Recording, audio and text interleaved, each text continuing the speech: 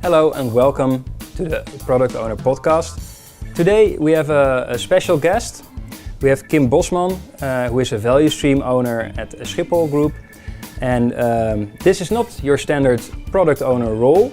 So we will do some different stuff than we're used to, but we'll manage, and I believe we have some very relevant practical insights to share that will also be very helpful if you're active as a product owner or product manager. Kim, welcome. Thank you. You have your own company, Kim Advisory. You currently work as a value stream owner at Schiphol Group for airport control, working on a project called Wilbur, if I'm correct. Yeah, I'll tell you more about it. And you'll tell us more about it. And some stuff you highlighted that we can go into later in the interview is new time leadership, which you presented recently, and working with the board, which will be a stakeholder part. But I think this is very interesting, and for many product owners out there, boards can be a relevant stakeholder to engage properly. Yeah. So it's very cool if we can get some nice insights on that. First off, who is Kim Bosman? And more importantly, how did you start working with Agile and then later became a value stream owner at Schiphol? Well, I'm Kim. I think about 8 years ago I got infected by the Agile virus. I was at that time manager IT projects at a large retail company, C1000, and we started working with Scrum, and it went through the company. It spread really quickly, and at that moment I thought, okay, I'm in a management position, I see what a company needs, the market needs Agile. So I quit my job, I think maybe 1 year later when we sort of implemented it. And I thought I have to go to the market and help companies with Agile. So that's where it started. A couple of years ago I had an international career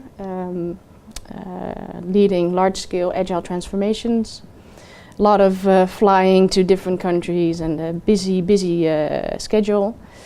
And the company that I was working for, it got sold, and that was the moment that I thought, okay, I need to go back to the market, to the Dutch market with my international knowledge, especially on skilled Agile. And I had a job at not C1000 but Holland Casino, a shorter track on Agile and scaling it. And when I was there, Schiphol asked me, do you want to become a value stream owner from airport control?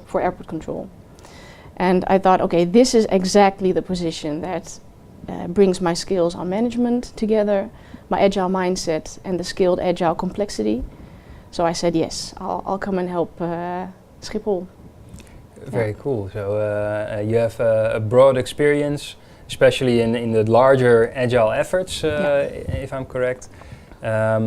And can you sketch for us the environment at Schiphol?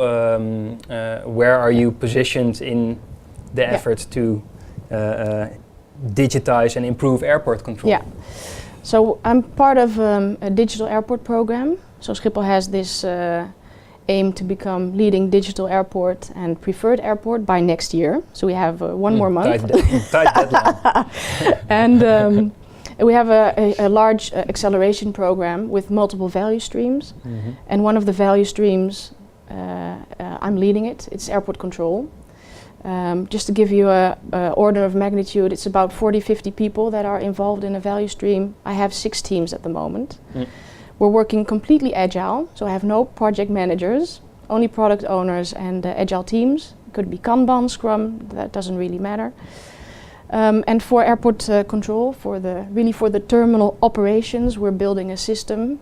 I have multiple products, but the core product is called Wilbur.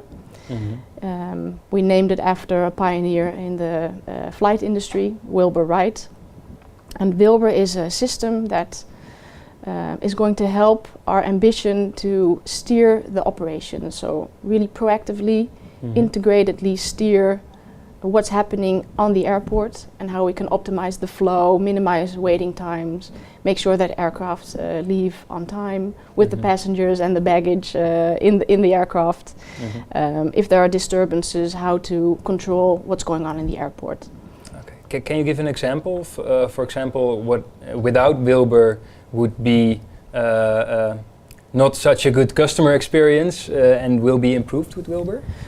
Yeah, well, first of all, it starts with forecasting, and what you see is that we have a little bit of difficulty with forecasting. So we plan a day based on a difficult forecast, and we go into the day of operations and everything changes. Within the first minute of the day, the whole plan changes. So we need a system that helps adapt the plans, but also can foresee what is coming. So Wilbur's system, it taps into multiple other systems and databases and sources, and it filters only relevant information. So if you have an airport control coordinator who's really sort of overseeing what's happening in the airport and is trying to control it, they encounter about 30,000 changes a day. I mean, the brain cannot handle it. And we're building Wilbur to bring this information in a filtered way in front of them, and only showing what is relevant so they can proactively take measures. Okay, so I imagine a while back there was a lot of stuff going on at Schiphol. There was a day, I don't know, it was about half a year ago I think, where the queues were very, very large. Everything got clogged up, and there was a lot of criticism aimed at Schiphol. Yeah. I don't know if it was justified. Let's not go there. But is that something that Wilbur should improve in the future? Yeah. So the challenge is we have limited capacity in space, and there's no quick way to solve it. It's not that we can build a terminal really quickly. So we have to, especially not in a day. No, we have to work with the limited capacity. It's very, very busy at Schiphol. But if we streamline the flow, we can really improve the waiting times.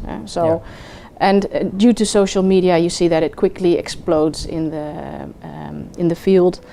If I'm a passenger, I still come 2 hours in advance, and I go through security in 5 minutes, and I think, why did I come so early? Yes. Yeah, but with the system, that is exactly what we're aiming at: improving the flow, minimizing the waiting times, improving the customer or passenger experience, and making sure that the aircraft leaves on time. Yeah. Yeah, and you're currently doing this with around 50-60 people. Yeah. And you're leading them, so to say, as a value stream owner. Yeah. I'm thinking this value stream owner position you have also other value streams around you. How many value streams are there, and how big is that digital effort in total? We have about 5 value streams. The effort is about 200 people, something like that. Our ambition is to move the program to the standing organization next year. It's so important that it will become part of the core of Schiphol, which is really good. But we have multiple value streams, and we have close connections between the value streams. So I have quite some dependencies with other value streams, and that means that we have very tight cooperation between the value stream owners. Cool. Yeah. Cool. Okay. For me, this sets the stage perfectly. We have a bit of background on you, on your Agile experience, and we know a bit about the effort you're currently leading at Schiphol. Is there anything else we should know before we dive into the other topics? No, it's up to you. Okay. Yeah? Okay. So this is the introduction, and next up we will dive into working with the team. And Kim will probably tell us a bit about the people that she works with on a daily basis. And we'll also look a bit at how the teams are structured and working with the POs and what you do and don't do in that respect. So please check back in the next part.